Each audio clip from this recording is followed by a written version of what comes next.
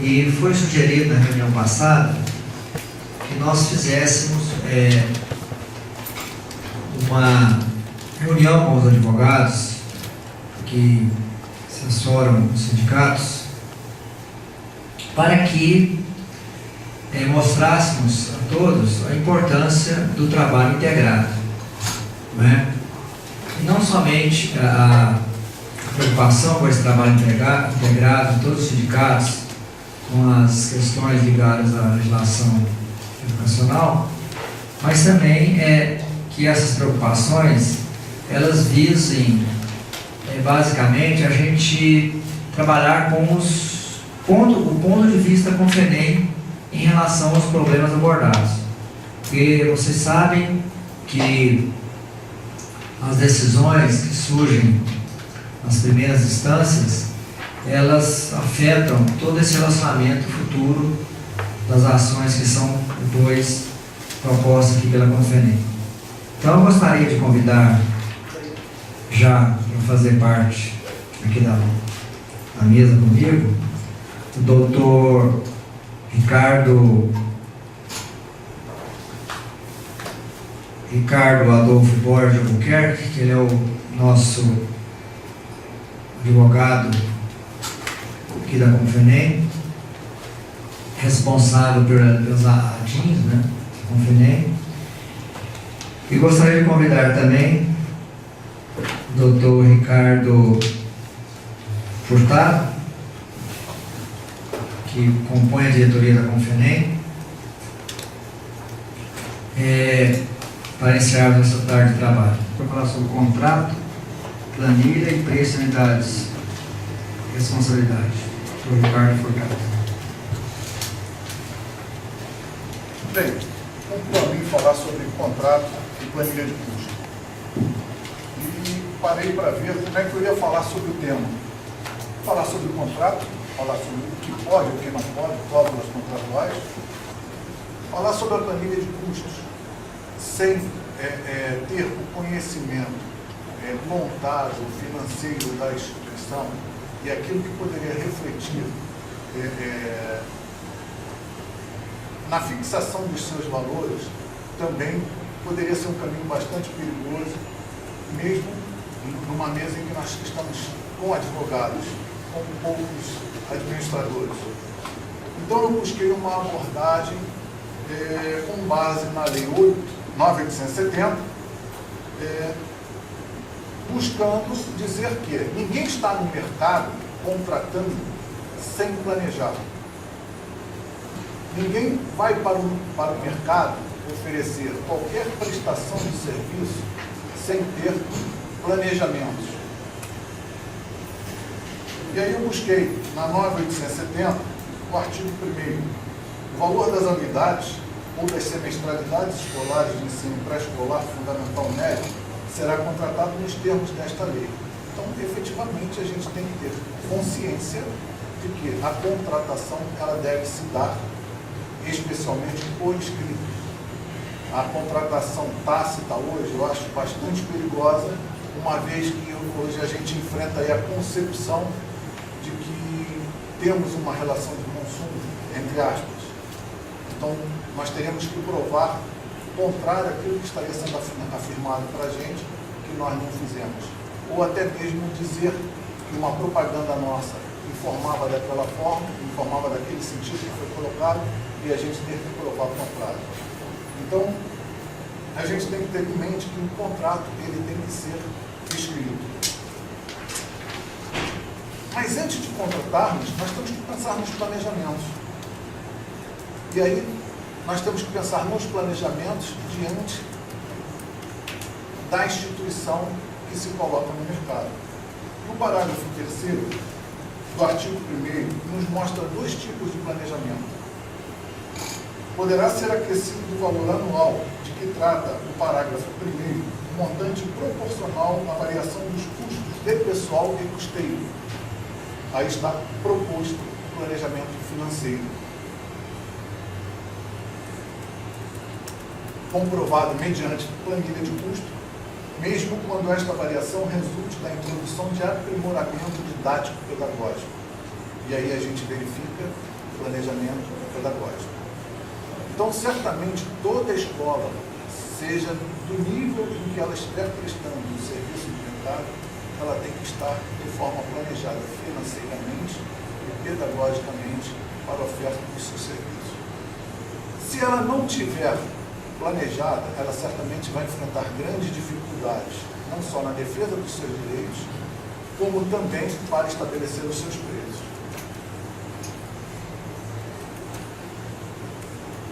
A LDB, e aí eu começo a criar uma dúvida em vocês, ela nos apresenta 4 tipos de educação. Isso foi inclusive levantado na nossa última reunião do Conselho de Representantes aqui passado. A educação de jovens e adultos, a educação à distância e tecnológica educacionais, a educação tecnológica e formação de profissionais, e a educação especial e a educação de indígenas. São 5 na realidade. 5 tipos de modalidades ela nos apresenta expressamente. Mas eu ouço a dizer que nós não temos só 5, nós temos 6 modalidades de ensino.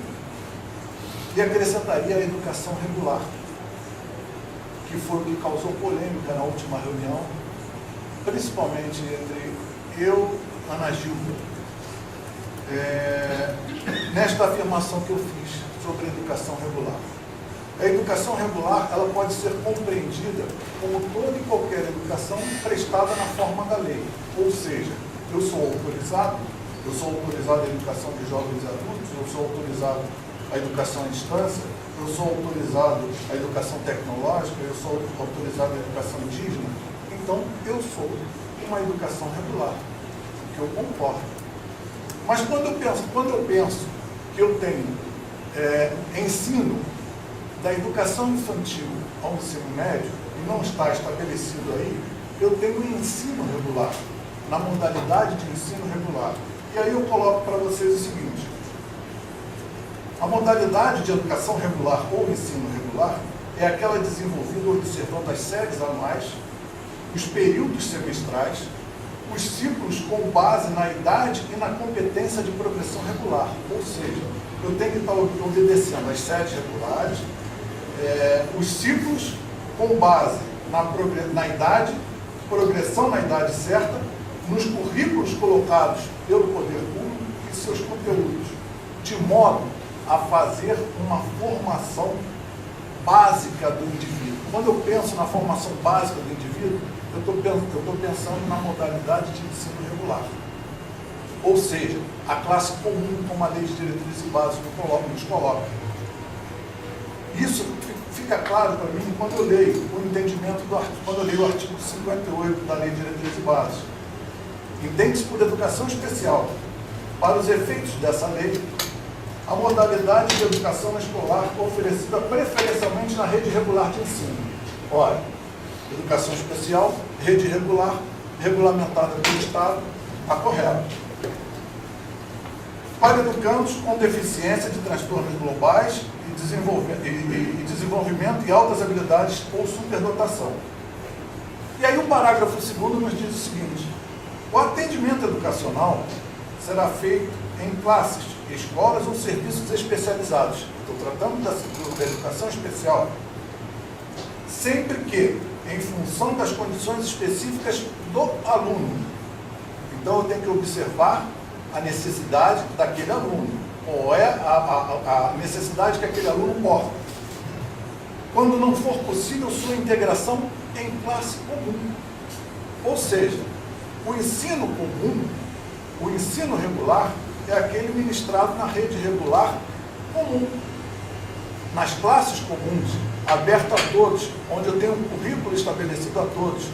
Aí eu faço a distinção para vocês. O regular, eu posso entender regular de acordo com a lei, porque eu estou cumprindo a lei, ou regular por ser uma base comum a todos. E o ensino de educação infantil ao ensino básico, ele é descrito implicitamente na lei de diretrizes e bases. Por isso que eu firmo o pensamento da educação ou do ensino regular. E não fosse isso, eles não fariam essa colocação, quando não for possível sua integração em classes comuns.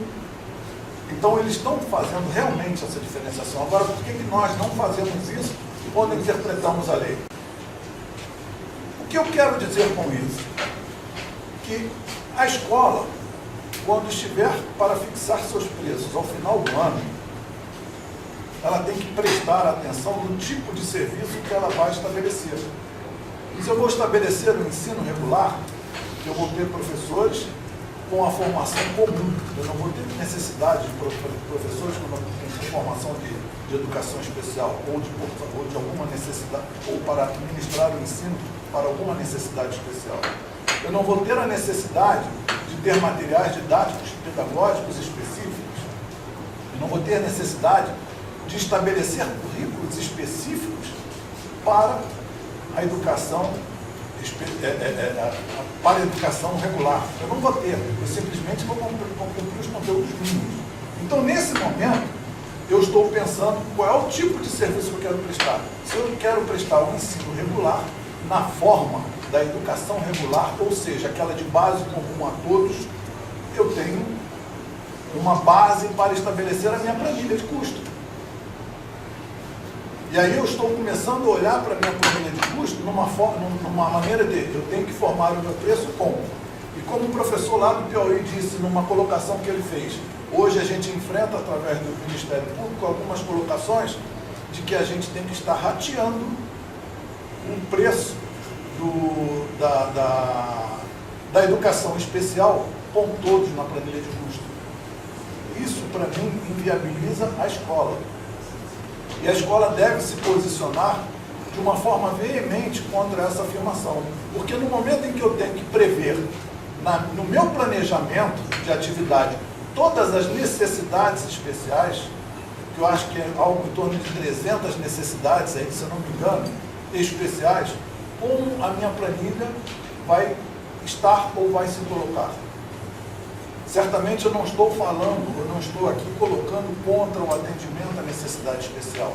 Eu estou me colocando contra a forma que isso está sendo feita para as escolas de ensino regular, para as escolas particulares.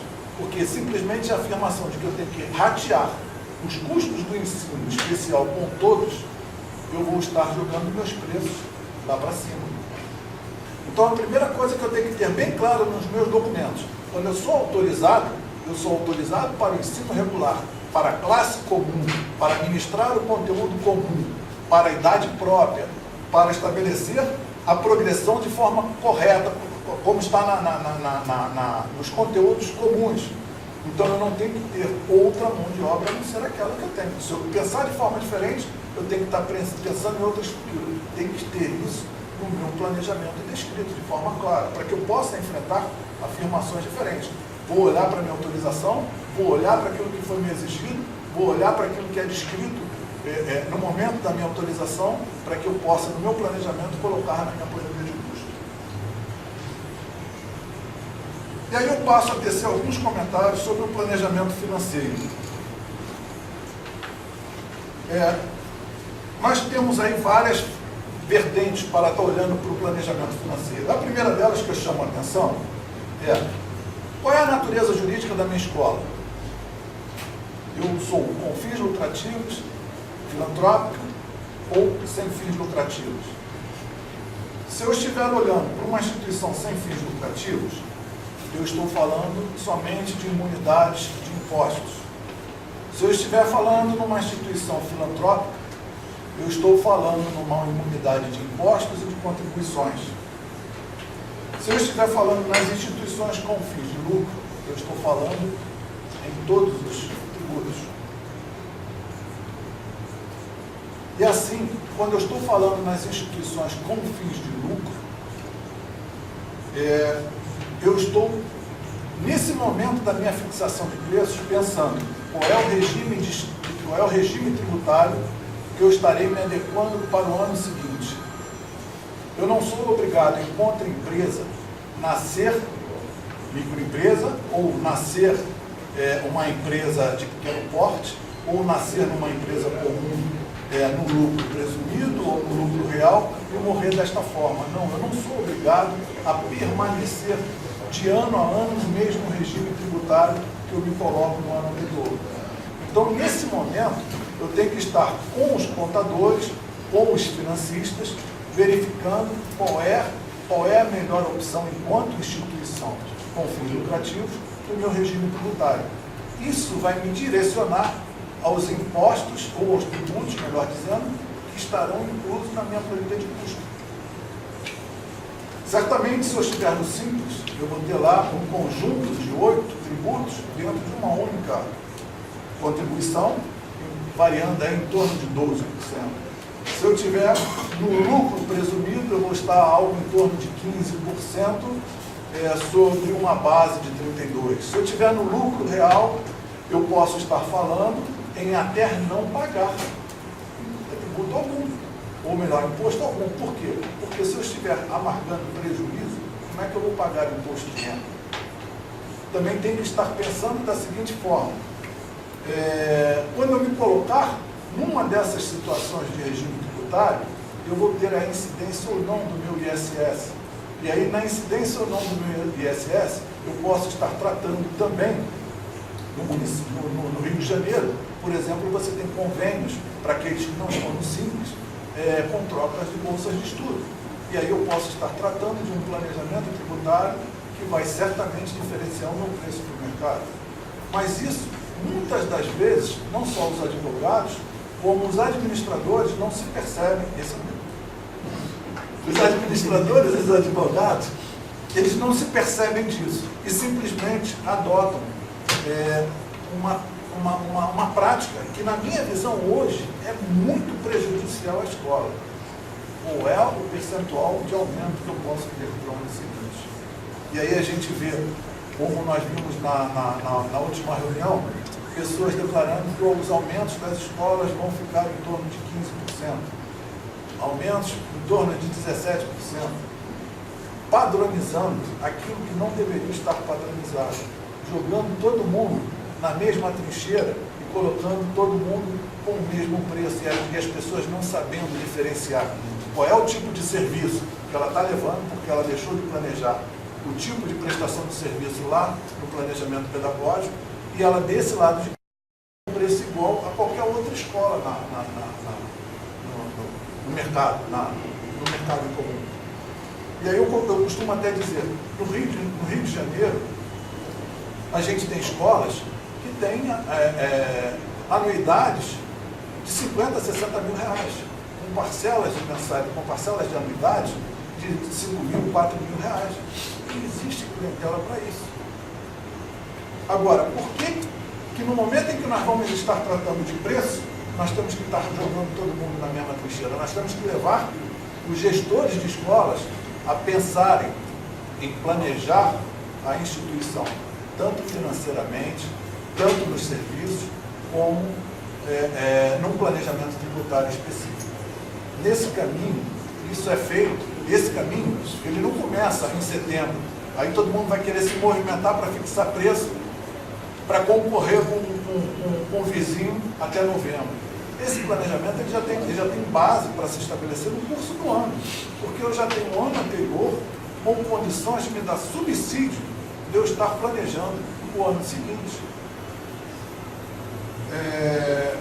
A partir desses pontos que eu coloco para vocês, eu digo o seguinte: o parágrafo 1º, o parágrafo 3º do artigo 1º diz que poderá o valor total anual de que trata o parágrafo 1º, montante proporcional à variação, ser acrescido do montante proporcional à variação dos custos.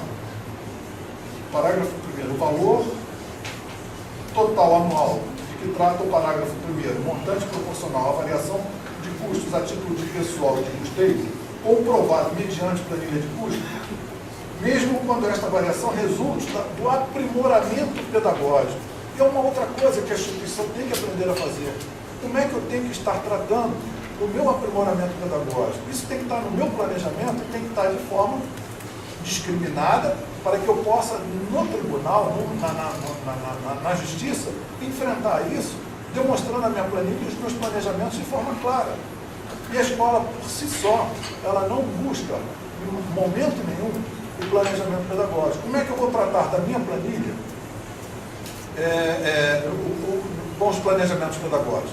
Eu, na minha planilha de custos, se eu for pegar a planilha de custo do ano anterior, eu vou ter padrões fixos ali que vão poder ser reajustados com base no INPC.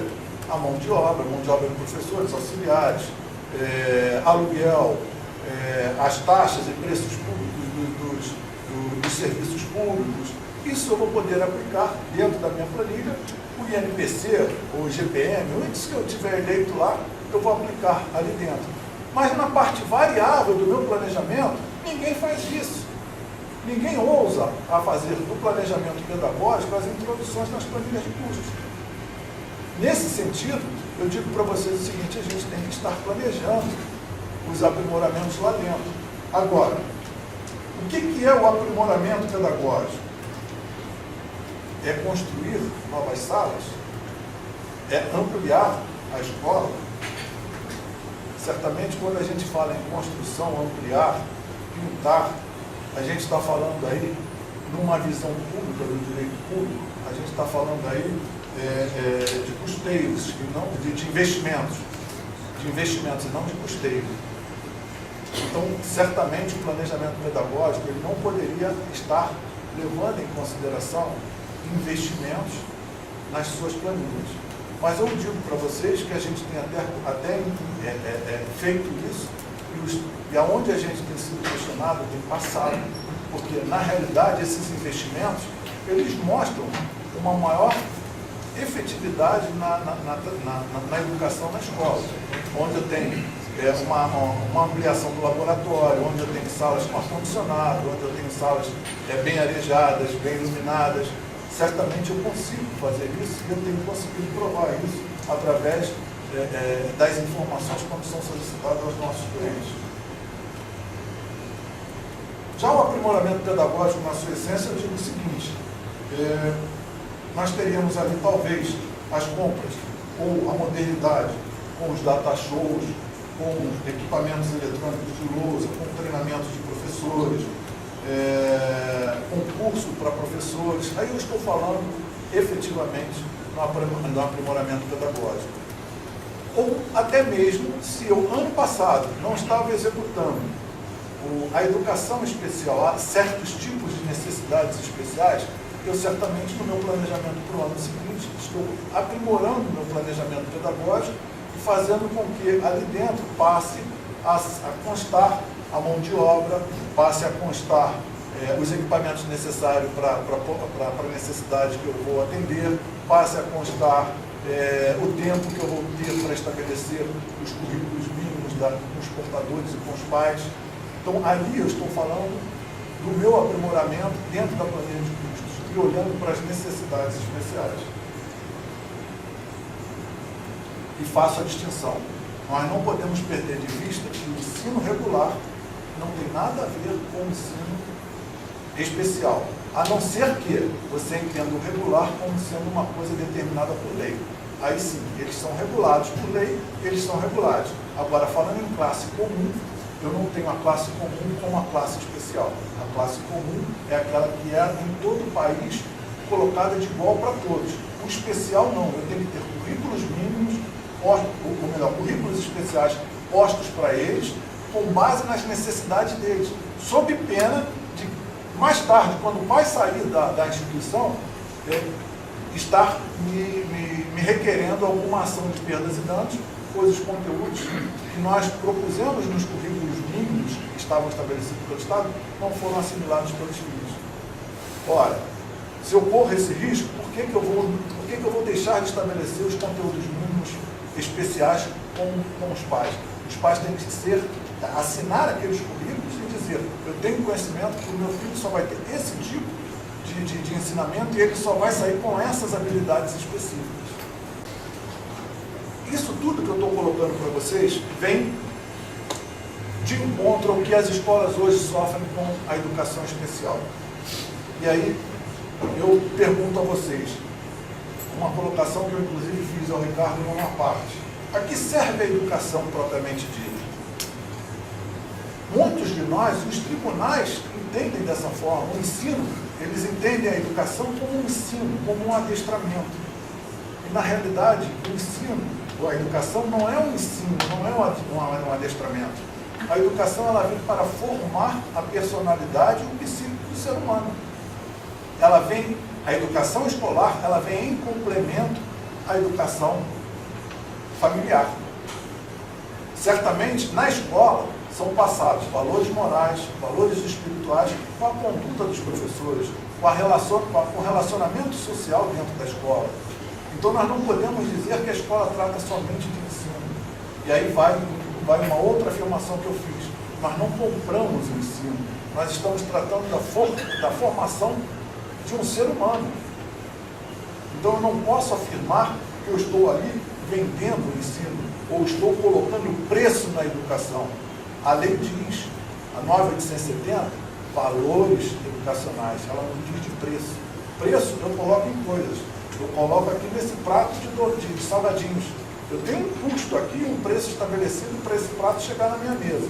Agora, a educação ao meu filho, eu não posso ter preço estabelecido, porque vai depender não só dele, como de todas as necessidades que envolvem a formação dele. Então, nesse momento, eu falo de valores. E aí eu volto àquela uma colocação que eu fiz inicialmente. Eu tenho que estar falando de custeio, não de preço. Eu tenho que estar falando de valores de anuidade, e não de preços de mensalidade, como é comum afirmar. A educação, ela vem para fazer a socialização, ela vem para desenvolver as habilidades econômicas do aluno, ela vem para desenvolver a culturalização do aluno, ou seja, desenvolver o raciocínio e a consciência do aluno, para que ele possa ter as liberdades de tomar decisão e ter autonomia nas suas decisões. Sem isso, a gente não está tratando de educação, a gente está tratando de adestramento ou até mesmo construindo pessoas para serem escravos. Essas colocações que eu faço a vocês é que nós não podemos ter simplesmente em nossas planilhas um rateio da educação especial por todos aqueles que estão contratando a gente, porque nós vamos inviabilizar as escolas. Nós temos que estar preparados para enfrentar no judiciário a condição de os meus custos são relativos ao ensino comum. Quando eu estiver tratando do ensino especial, se eu tiver condição de fazê-lo e estabelecer no meu planejamento, eu tenho que estar fazendo uma contratação, essa é a minha visão, à parte. E aí alguns podem questionar, mas a contratação vai ser feita com a escola e a escola vai pagar o profissional, ou como surge em algumas colocações, o pai paga o profissional e a escola somente adequa o conteúdo e acompanha o conteúdo com o profissional. Eu adoto a condição de que a escola tem que assumir, se ela tem um planejamento, ela tem que assumir e bancar aquilo ali. E aí sim, com os seus direitos valer junto àquele que está contratando a gente. Então eu firmo aqui a posição dele. Eu tenho um contrato para o ensino regular e a escola tem que entender que ela trata com o ensino regular, classe comum, modalidade de ensino e educação especial. E aí, como educação especial, eu posso estar estabelecendo o preço à parte e cobrando à parte. Quando eu vou enfrentar a afirmação de que eu tenho que ter a educação especial na escola dividida por todos, no tribunal, eu vou dizer para ele, não, o meu planejamento da empresa, da instituição escolar está aqui, o meu planejamento financeiro da instituição escolar está aqui, o meu planejamento pedagógico da instituição está aqui, a minha autorização foi para o ensino regular está aqui, e eu não posso estar fazendo aquilo que eu não estou autorizado a fazê-lo. Eu faço até uma colocação nesse sentido. A educação especial, ela não pode ser da forma como ela está sendo feita, por inclusão em lei e sob a pressão do Ministério Público. Por que ela não pode estar sendo feita dessa forma? Porque ela fere não só os direitos humanos daquele que está recebendo a educação, como fere os direitos da instituição que estabeleceu os seus valores para estar prestando serviço no mercado. E aí ele está se imiscuindo, se metendo numa gestão em que não é própria do Estado. Vai lá no serviço público não exclusivo que o Ricardo estava batendo. O serviço público não exclusivo dá ao poder público a autoridade de legislar sobre a forma de gestão da minha empresa. Eu chamo a atenção que, primeiro, nós não somos serviço público não exclusivo porque nós não estamos lá dentro do artigo 22. Segundo, quando eu fui autorizado na forma particular. Lá no 209 é escrito, ensino é livre, iniciativa particular. Então, eu fui autorizado na forma particular. Então, meu serviço é um serviço de interesse público essencial à formação do ser humano. E não um serviço de consumo, como estão se querendo colocar, de compra e venda de ensino.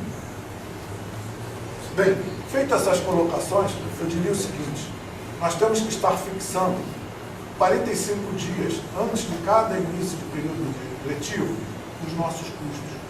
Ou melhor, a nossa proposta no quadro para os nossos supostos clientes.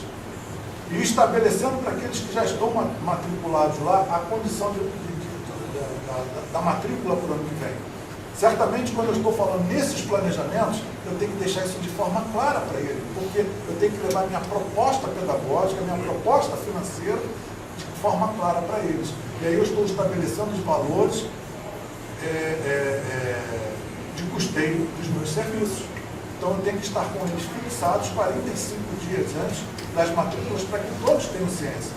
Quando eu for procurar para a matrícula daquele de portador de necessidade especial, eu simplesmente vou dizer: olha, a proposta do meu planejamento é esta.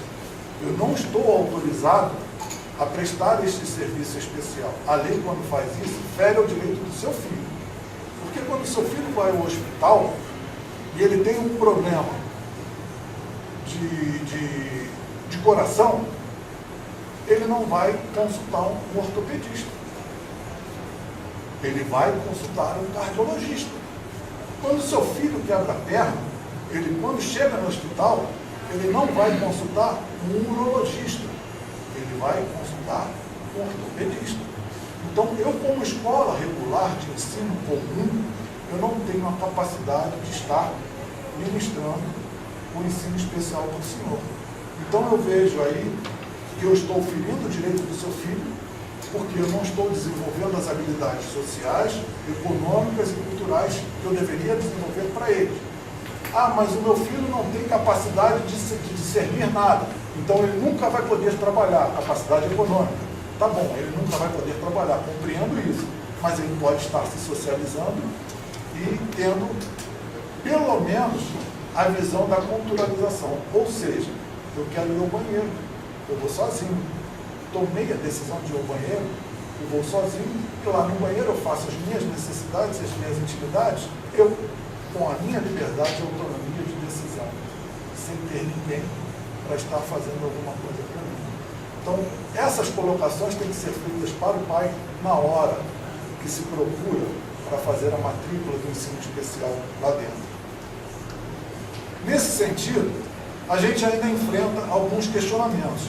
Certamente, eu não toquei aqui, na planilha de custo teria que estar incluso o material de uso coletivo, na planilha de custo deveria estar incluso os serviços. Não toquei nada disso porque eu acho que quando a gente está falando de contratar, a gente tem que estar falando de 2 planejamentos. Falando 2 planejamentos, eles vão ser aqueles que vão direcionar as nossas planilhas de custo. Nesse sentido, quando alguém questiona o meu preço, quando alguém questiona o meu valor, melhor dizendo, de anuidade, ele vai através do PROCON. E aí eu faço uma outra colocação. A lei 9.870 diz assim no artigo 14, a Secretaria de Direitos Econômicos do Ministério da Justiça, quando necessário, poderá requerer, nos termos da lei 8.078, as planilhas comprovadas. E aí eu pergunto a vocês, aonde que nós vamos apresentar nossas planilhas de custo? Alguns diriam, lendo o texto da lei, no Ministério na Secretaria de Direitos Econômicos. Eu, particularmente, digo a vocês, eu sou contrário a essa corrente. Por quê? Porque a Secretaria de Direitos Econômicos hoje, ela incorpora o Ministério da Justiça. E o Ministério da Justiça hoje, ela tem um dever de defesa, de controle de preços. E quando a gente olha a estrutura do Ministério da Justiça, a gente vai ver que os PROCONs fazem parte do Ministério da Justiça e da Secretaria de Direitos Econômicos, descrita na lei. Então, eu particularmente informo que as planilhas de custos só serão apresentadas no PROCON. Ali eu vou apresentar as planilhas com as informações necessárias para os esclarecimentos. Não quero, Ricardo, discordo disso, então apresente na Justiça, deixe questionar, deixe o PROCON, deixe o PROCON dizer que você negou e apresente na Justiça. Agora, enfrente a multa que o PROCON pode estar estabelecendo, porque aí você vai ter que estabelecer a multa administrativa pelo não cumprimento da apresentação do planilha pelo PROCON. Eu sou um pouco mais prático nesse caminho. Eu digo que a gente tem que apresentar no PROCON e cumprir ali com as informações.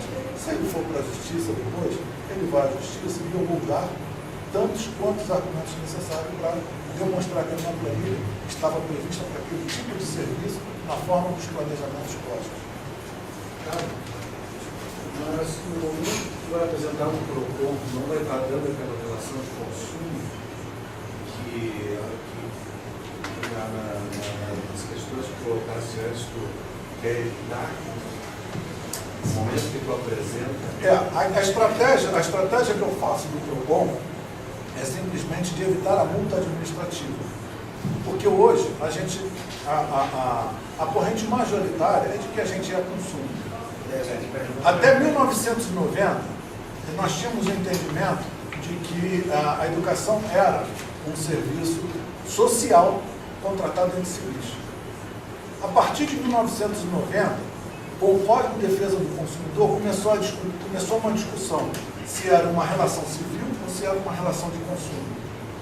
Essa discussão se dava diante da responsabilidade que o Código de Defesa do Consumidor trazia, que era a responsabilidade objetiva.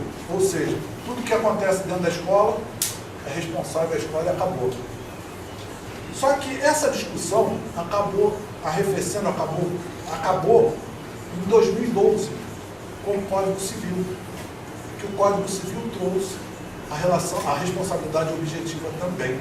Então, tudo que acontece dentro da escola é regulado pelo Código Civil na responsabilidade objetiva. Ponto. Então, aí, nesse momento, acabou-se a discussão se era uma relação civil ou se era uma relação de consumo. Por quê? Porque a discussão se dava no momento das responsabilidades, e não na cobrança de multas, e não na defesa do usuário do serviço, mas sim das responsabilidades. Então, quando eu olho para o PROCON, nesse momento, eu só estou olhando o melhor caminho para a defesa da escola em não ter a multa administrativa, porque certamente ela terá a multa administrativa, os tribunais hoje a gente vai perder e vai pagar a multa lá dentro. Então, cumpre no PROCON e eu vou discutir a relação civil, social, dentro dos tribunais. Entendeu? É só por uma questão de estratégia menos dolorosa para a escola. Mas eu bato de que, para nós, hoje, a escola tem que voltar a bater nesse refrão. Relação um serviço social, mesmo porque lá no artigo 6º da Constituição são direitos sociais. A educação. Então, se ele é um direito social, ele nunca pode ser um serviço de consumo. Ele é um serviço social, que serve à formação do ser humano. Então, nesse caminho, eu digo para vocês, nós temos uma relação civil por uma prestação de serviço social. E a defesa do PROCON, especificamente da apresentação da planilha, é só estratégia para não cumprimento de multa. Mas nos tribunais, eu vou questionar isso tudo dentro dos tribunais. E chamo a atenção no seguinte, em todas as relações hoje, e isso foi uma colocação que eu fiz quando apartei o Ricardo, a gente hoje tem a aplicação do CDC direto nas relações com as escolas.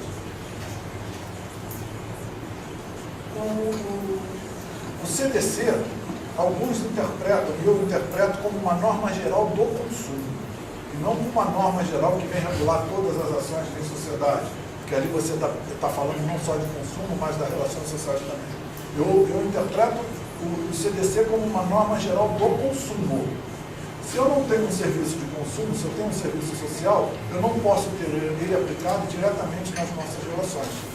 E aí, olhando para a 9.870, eu vou ver o seguinte, que quando a 9.870 menciona o Código de Defesa do Consumidor, ela menciona pontualmente. Ela não menciona uma aplicação direta como estão fazendo. E nesse sentido, eu digo para você, o Código Civil, ele protege o usuário do serviço educacional da mesma forma que o Código do Consumidor protege o consumidor nas relações de consumo. Ali você vai ver a responsabilidade objetiva, ali você vai ver as cláusulas nulas, as cláusulas leoninas, nulas, ali você vai ver as relações de multa, que é onde eu quero bater, que a gente não tem que estar cobrando 2%, a gente tem que estar cobrando 10%, 0,33%. Quer dizer que é um absurdo cobrar 2% numa economia estável. Eu, na minha cabeça, eu tenho uma relação civil contratada na base da lei civil, que é Código Civil. Não tem nada a ver com a relação de consumo lá escrito. E você vai um pouquinho mais além. Quando você olha para o Código de Defesa do Consumidor, configura para mim os tipos consumidor, fornecedor e serviço de consumo como educação. Primeiro, você não é fornecedor, que você não fornece educação a ninguém. Se você estivesse fornecendo, você estaria abrindo mão de alguma coisa. E você não abre mão de nada, você simplesmente forma a pessoa. Você não faz uma transmissão de bem, você não faz uma transmissão de conhecimento, você não fornece conhecimento. O consumidor, dito consumidor, ele não consome nada, porque ele pode sair do meu curso de engenharia, formado em engenheiro, e ser um administrador aqui no Distrito Federal. Então, para que serviu o serviço de engenharia para ele? Para nada. Ele, na realidade, ele desenvolveu habilidades que lhe deram visões de liberdade, de autonomia, que lhe davam condições de decidir. Bom, de outro lado, o consumidor, nesse caso específico, é aquele que toma o serviço ou toma o produto e tem condição de medir a qualidade e de dizer, recebi o produto com defeito, o serviço ou o produto com defeito, diferente das especificações que foram me dadas. Como é que você pode dizer que o teu filho recebeu o serviço de educação diferente das especificações que foram dadas a ele? A relação de educação tem implícita a ação de quem recebe. Se eu não quiser ser educado, eu não vou ser educado. A educação e a saúde sem dúvida nenhuma itens essenciais e nesse caráter social, porque trata com a pessoa. Usar o termo prestador de serviço especial e na contrapartida, tomador de serviço especial, como é que poderia isso? Eu coloco da seguinte forma. Eu presto um serviço porque aí não tem como você fugir desse título de prestação de serviço. Você vai buscar lá na história, na República de Platão, você vai ver que os caras tinham uma prestação de serviço em educação, que visavam a formação do ser humano para a guerra, ou para ser governador, ou para ser gladiador. Você vai ver lá a formação das pessoas com os professores. Então você vai ver a prestação de serviço. E aí, num diálogo lá, eles perguntam, alguém prestaria serviço se não tivesse um recebimento ou uma remuneração? Ninguém prestaria esse serviço. Todo mundo guardaria para si e ninguém faria nada para ninguém. Agora, só se faz porque existe uma remuneração. E aí, a gente enfrenta uma outra questão na educação. A educação é uma atividade econômica.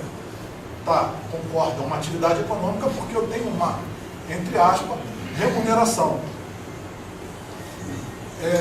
Agora, essa remuneração é uma remuneração igual eu tenho numa empresa que presta serviço de de aço no mercado?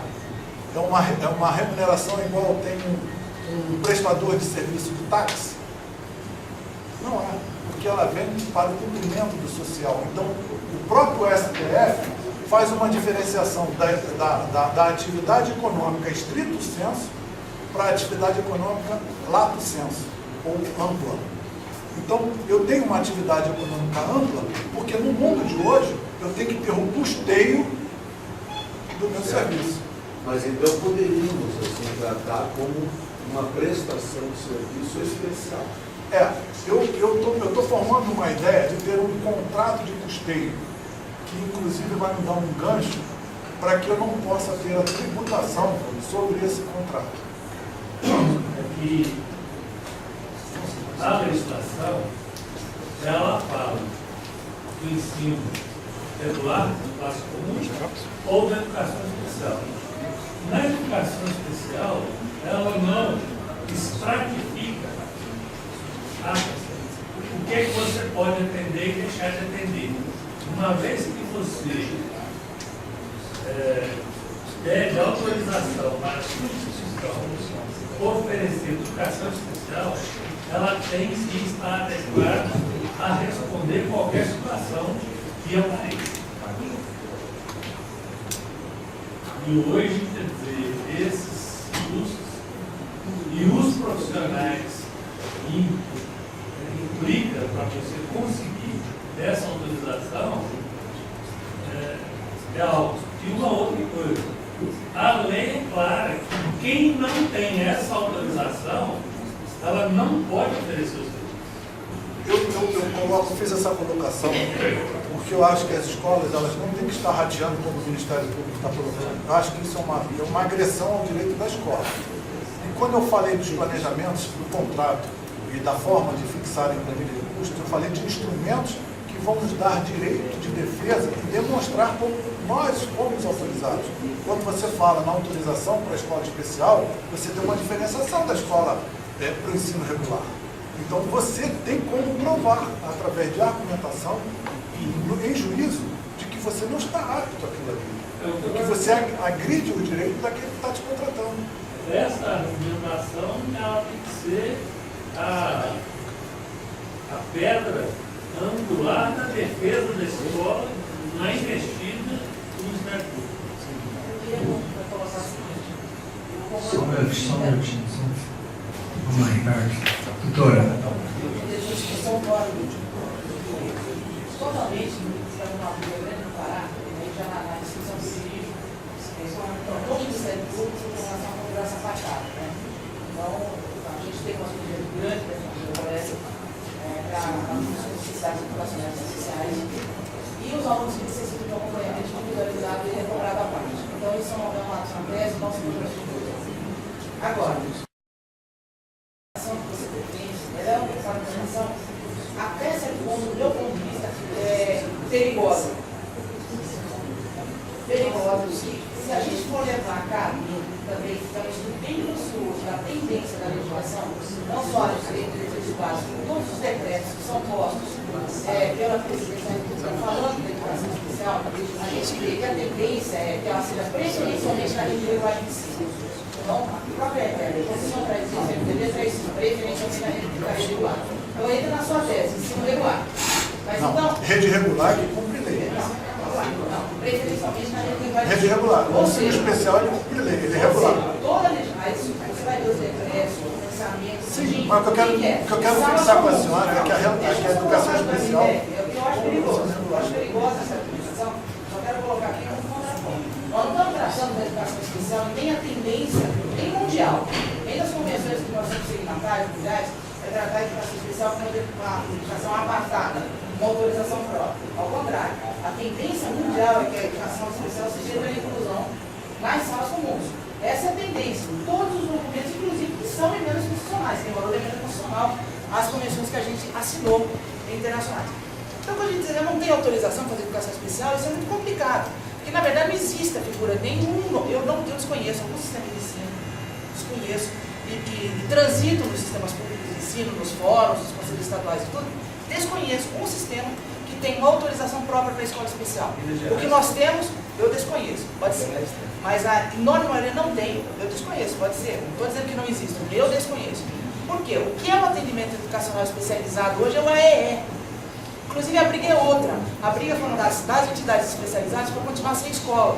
E essas autorizações para essas instituições continuarem a ser consideradas escola são absolutamente hoje transitórias. Porque a tendência é tirar essas organizações especializadas e jogar elas para dentro da assistência social. E a educação especial se dá pela inclusão. Então eu só estou colocando isso para a gente tomar cuidado com a argumentação que a gente vai usar. Porque de repente tem um outro viés. A minha argumentação, quando eu defendi a ideia da cobrança, é uma coisa é o serviço coletivo. Então eu vou ter dentro do serviço coletivo um atendimento para necessidades educacionais especiais X, que fica dentro daquilo que eu posso fazer coletivamente. Quando aquela necessidade educacional especial, ela ultrapassa o coletivo e ela entra numa necessidade de acompanhamento individual, aí eu acho que a escola não tem como honrar com isso. Mas a minha argumentação é seguir outro ponto. Eu não vou dizer que eu não vou receber o aluno. Claro que eu tenho condições de receber esse aluno. Se eu vou ser escola hoje, por todos os textos que estão aí, eu tenho que ser inclusivo. Se eu tenho que ser inclusivo, eu vou fazer a modalidade de educação especial. Então eu estou colocando para a gente ponderar essa argumentação. Ganhei, aspas, o Ministério Público arquivou todas as denúncias contra a minha escola. Todas. Nós conseguimos sustentar isso. E a minha sugestão foi a seguinte: se o senhor me obrigar a fazer isso, eu vou acabar com o meu programa. Porque obrigado a matricular eu não sou. E aí, como é o maior programa da cidade, nós temos um colégio que é o maior programa de inclusão do município de Belém, da rede privada, eles resolveram arquivar todo o processo, exatamente como nós somos inclusivos. Agora, se eu for obrigada, todo aluno que com necessidades especiais, que precisa de um acompanhante, eu pagar o acompanhante, acabou o meu programa. Não vou fazer mais. Agora, eu só coloco isso para a gente ponderar. Essa questão, qual é a argumentação? Melhor argumentação que nós vamos usar para chegar no mesmo ponto. Não dá para a gente bancar isso. A gente consegue bancar o coletivo. Ninguém pode dizer que não vai ter um pedagogo hoje que entenda de inclusão dentro da escola. Não é possível. Até porque a inclusão ela não lida só com deficiência. A inclusão lida com uma série, um leque enorme de situações que prejudicam a aprendizagem. Então, num dado momento, qualquer um pode ter uma necessidade educacional especial. Não vincula a deficiência. Bom, estou falando aqui de uma especialização na área, eu estudo isso tremendamente. Eu botei para a gente botar sal e pimenta na argumentação, tá bom? Eu aí, a senhora só desviou um pouco quando a senhora disse que o ensino regular, a educação especial não é ensino regular. Para mim, ela é ensino regular porque ela cumpre lei, cumpre dispositivos legais, então ele é regular porque cumpre lei. Agora, não é a classe comum. E a gente não desvirtuou, e a gente não discordou de que a cobrança tem que ser feita apartada, em contrato apartado. A senhora só está destoando de mim no momento em que a senhora está afirmando que eu estou dizendo que por ser ensino regular, e aí regular de classe comum, e não regular porque cumpre a lei, eu não estou, eu posso negar a matrícula. A senhora só está divergindo daí. Mas certamente aí é questão de argumentação. A divergência mais significativa é o seguinte: eu não entendo que a educação especial se limite ou fique vinculada a uma autorização especial pública para ser ofertada. Eu acho que a educação, eu entendo pelo que eu estudei, eu tenho uma tese, daquilo que eu estudei, a educação especial se dá pela inclusão. E a inclusão se dá na escola normal. Então, eu não posso arguir que eu não vou receber, que eu sou incapaz, que eu não estou habilitada, não sou capaz de receber, ao contrário. Eu não sou ortopedista tratando do coração, não, eu sou necessidade educacional. Vou tratar do menino com necessidades educacionais especiais, tenho capacidade. Só não posso bancar o curso sozinho. Essa a minha a senhora aceita com que o Estado chegue para a senhora e diga: a senhora tem que fazer dessa forma, a senhora não tem a liberdade e a autonomia de decidir o seu negócio. Aí é uma opinião sua. Eu particularmente acho que o Estado, enquanto livre iniciativa... Uma leitura de lei minha. Então, eu particularmente enquanto gestor e diretor de uma instituição, vamos colocar desta forma, eu não aceito que o Estado chegue para mim e diga: você é obrigado a isso, porque eu tenho liberdade e autonomia de decisão. No momento em que eu não tenho preparo, no momento em que eu não quero estar trabalhando daquela forma, eu não preciso estar me submetendo àquilo que ele está dizendo que é obrigado. A mesma coisa é ele dizer, como a senhora está colocando: eu vou chegar dentro dos hospitais, como o doutor João colocou agora pela autorização há pouco tempo, está faltando médico no Brasil inteiro. Eu vou chegar e vou dizer: os enfermeiros podem atender como se fosse médico. É o que a senhora está colocando para mim. Não, Então, eu estou aceitando o que o Estado está Eu penso o colocando seguinte, dentro da minha se casa. vai chegar um menino lá para mim, que o menino, por exemplo, tem síndrome de Down, eu não vou dizer que eu não vou atender porque ele tem síndrome de Down. Até porque eu acho que isso resvala um pouco até numa discriminação. Eu acho que a gente corre um risco, estou dizendo aqui na argumentação, defendo exaustivamente, ardorosamente, fervorosamente que tem uma cobrança pactada. Mas a forma de fazer essa cobrança eu divido do senhor, pela argumentação. Que eu vou chegar para ele, não recebo porque ele tem Down, e eu não sou capaz de tratar ele Down, então eu não sou educador. Ele é um indivíduo. Nós assinamos, nós somos signatários enquanto país de convenções internacionais. E nós assumimos Mas esses isso. são pontos de vista diferentes. É isso que eu quero que a senhora entenda. Então, A senhora aceita porque a senhora aceita porque o Estado chega e diz assim, tem que estar preparado. Eu não aceito, porque eu não quero estar preparado. Eu quero simplesmente fazer o que eu quero. Eu quero ter a minha liberdade de decisão e a minha autonomia pessoal.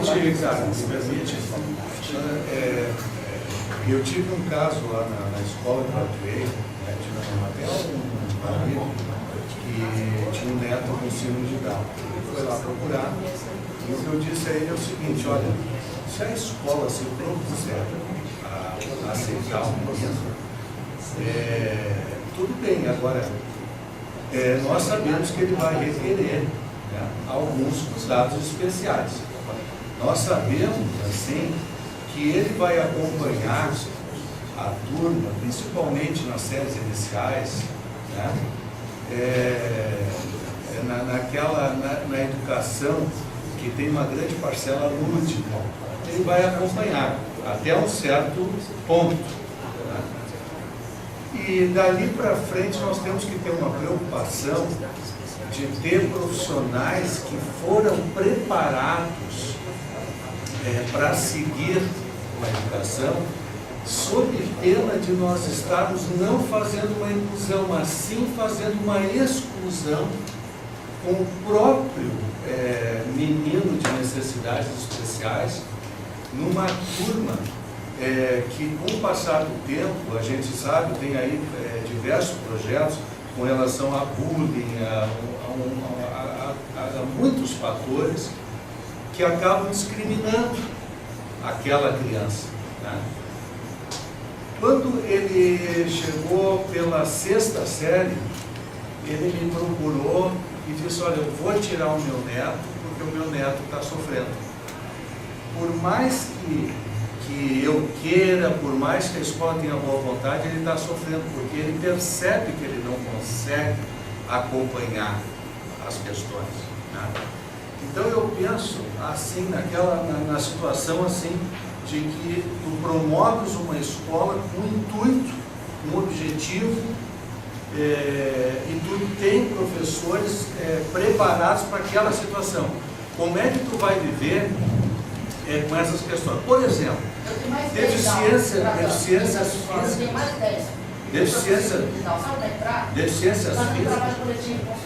Pessoal, vamos concluir Porque deficiências físicas é algo assim bastante diferente, né? Mas quando a questão é neurológica, eu penso que deveria ter profissionais preparados para isso. Porque como é que nós vamos botar gente que nunca se deu, nunca estudou absolutamente nada? Eu tenho convicção, quando a senhora fala de 10, que a senhora tem uma preparação, um planejamento para isso. Agora, o que nós estamos falando são de escolas, professores, administradores que nunca não sabem como. No interior do Piauí, isso é feito Pessoal, dessa forma como está colocado. vamos entrar na discussão pedagógica. Deixa eu sei, eu entendo. Só terminar um pouquinho. Eu só queria defender aqui. Deixa a professora Beatriz terminou, João? Não, eu só queria Tá. colaborar. Aí, Beatriz, você conclua para a gente. A minha preocupação, Arnaldo e professora, é com a pessoa. Tá. Sabe? Eu quero me ouvir, porque o dia que até hoje ninguém me argumentou que um professor ou administrador possa cuidar de quem necessita de cuidados especiais, sabe? Sem receber ensinamento para isso. Só para concluir aqui, porque eu não estou falando aqui, não estou defendendo nem a inclusão, nem nada disso, estou defendendo uma possível escola particular. Diante de uma questão que é grave e é séria. Então, eu acho que a escola particular tem que se profissionalizar no atendimento à inclusão. Ao contrário, eu não vou atender, não, eu vou me profissionalizar. Quando o menino chega, eu vou pedir os laudos, eu vou pedir o acompanhamento, vou fazer a avaliação, eu vou chamar a família e vou dizer assim, olha, família, a situação desse menino é essa. Quem que olha? Na escola vai ser assim, assim, assim, assim. Eu vou chegar até aqui com o meu atendimento. Vocês vão esperar esse desenvolvimento e eu então vou contratar uma família com profissionalização. Eu não posso chegar para o menino e dizer, você é Down, não vou te atender. Até porque dentro do Down, eu tenho uma série, um leque de situações onde o menino vai mudando assim, mudando. Cada tipo de que a gente está falando aqui, de sua deficiência, então cada necessidade educacional especial tem um tipo de atendimento. Então, ou a escola se profissionaliza, ou nós vamos tomar bancada do Ministério Público. Direto. É isso que eu quero dizer. Eu só discordo da estrutura de argumentação. Mas, professora, quando o Ministério Público nós vamos tomar mas aí não tomar pancada esse e assinar termo de o professor Dornas tem que voltar aí. Pessoal, vamos encerrar a discussão. Professora Beatriz, professor, só para encerrar a discussão, eu vou dizer o seguinte sobre o assunto. Quem participou do CONAI, agora em novembro, viu que isso foi uma questão fechada, a inclusão. Não tem como a escola fugir da inclusão. Não tem como. Não tem como fugir da inclusão. Certo? Pra vocês terem uma ideia, todos os documentos, até a questão, que é uma coisa mais, que trabalha com mais seriedade no Brasil do que o Pestalozzi, todos os documentos foram contrários à existência dele. Então a ideia hoje central é da inclusão. Então, vamos trazer esse assunto para outro momento, que é um assunto que eu acho que é importante também. Nós vamos sofrer, acho que é um assunto que vai polemizar muito, e eu gostaria de encerrar esse assunto, tá? Aí você pode terminar a sua fala, mas sem interrupções. Sem interrupções, tá? Não é questão pedagógica, não vou mencionar questões pedagógicas, é só porque me preocupou o link entre as duas coisas que eles falaram. O colega de Minas Gerais ele trouxe um assunto específico, pontual. O colega advogado ele falou, em Minas Gerais existe a necessidade de autorização especial para você ministrar aulas para alunos do síndrome de Down. Isso é muito diferente, daí tem que ver como que esse mecanismo legal ele atua com relação aos demais mecanismos legais de legislações, inclusive federais, que prescrevem, inclusive, punições criminais para uma eventual discriminação. Então, eu até entendi a preocupação dela com relação ao seu discurso, e só porque eu quis questão de falar isso, porque eu sei que você vai tentar dar uma polida no discurso. Não. Vamos dizer, uma polida jurídica. Eu vou te dizer que o teu argumento de polida eu não vou tentar dar polida, porque eu acho o seguinte, nós estamos tratando com seres humanos. Tratar com seres humanos não é tratar somente com leis e dizer que a lei tem que dizer que vocês têm que estar capacitados. Eu parto desse princípio. Eu não estou falando contra a inclusão, eu estou falando contra a forma que está sendo feita, porque a inclusão ela está sendo empurrada em cima da escola particular, em todos os níveis, em todos os entes da federação, em qualquer lugar da federação. Então, quando você estiver falando lá em Cantagalo, no Rio de Janeiro, onde tem uma escolinha pequenininha, com 30 alunos, onde não tem mão de obra especializada, você vai ter que estar aceitando uma pessoa que você não sabe tratar da necessidade especial dela, e dizer, eu estou promovendo a inclusão. Será que você está promovendo a inclusão? Então, o que eu estou me levantando é a forma, é a política, é a forma como a lei está sendo colocada e imposta às escolas. E nesse momento, eu defendo, sim, a negativa do direito de não atender, porque eu não tenho capacidade de atender. Bem verdade que essa minha negativa de que eu não tenho capacidade não se exaure aí, porque a minha falta de capacidade vai esbarrar nos direitos humanos daquele que eu estou atendendo, porque ao invés de eu estar promovendo a verdadeira inclusão, eu estou fazendo, porque os direitos humanos daquele que deve ser atendido, ninguém está olhando, todo mundo está olhando para a forma da política como está sendo realizada. como está sendo imposta. Mas aquele que está recebendo a educação, será que ele está desenvolvendo habilidades para se relacionar, habilidades para se socializar, habilidades de tomar decisão, habilidades de ter autonomia nas suas decisões? Isso é que eu questiono. E aí é que eu digo que a escola não tem a capacidade. Eu não vejo isso como político, como político. Eu vejo isso como uma realidade e que a escola tem que ter. Agora, quem quer trabalhar com a educação inclusiva tem que ser previsto no seu planejamento que a cobrança tem que ser à parte. Esse é o meu discurso. Eu não posso aceitar com que a política que aí está venha impor à escola particular em qualquer lugar do Brasil uma educação inclusiva. Porque eu me coloco lá em Cantagalo, onde meu pai tem uma fazenda, onde tem pessoas com necessidade, recebendo qualquer tipo de serviço só porque está dentro de uma escola. Eu prefiro pagar uma pessoa que tem a condição de educar a ela informalmente fora da escola. Essa é a política que eu defendo. A regulamentação em Minas Gerais, a resolução do Conselho Estadual de Educação 460 de 2013. Ela altera uma resolução mais antiga, exatamente para tratar mais especificamente da educação especial. Os artigos dela colocam o seguinte: as instituições de ensino especializadas são as escolas que ofertam educação especial, compreendendo associações tais como as APAES, institutos, centros e congêneres sujeitos às etapas de credenciamento e de autorização de funcionamento, consoante as exigências estabelecidas nesta resolução. Aí aqui ela vem dando o conceito de cada uma dessas entidades.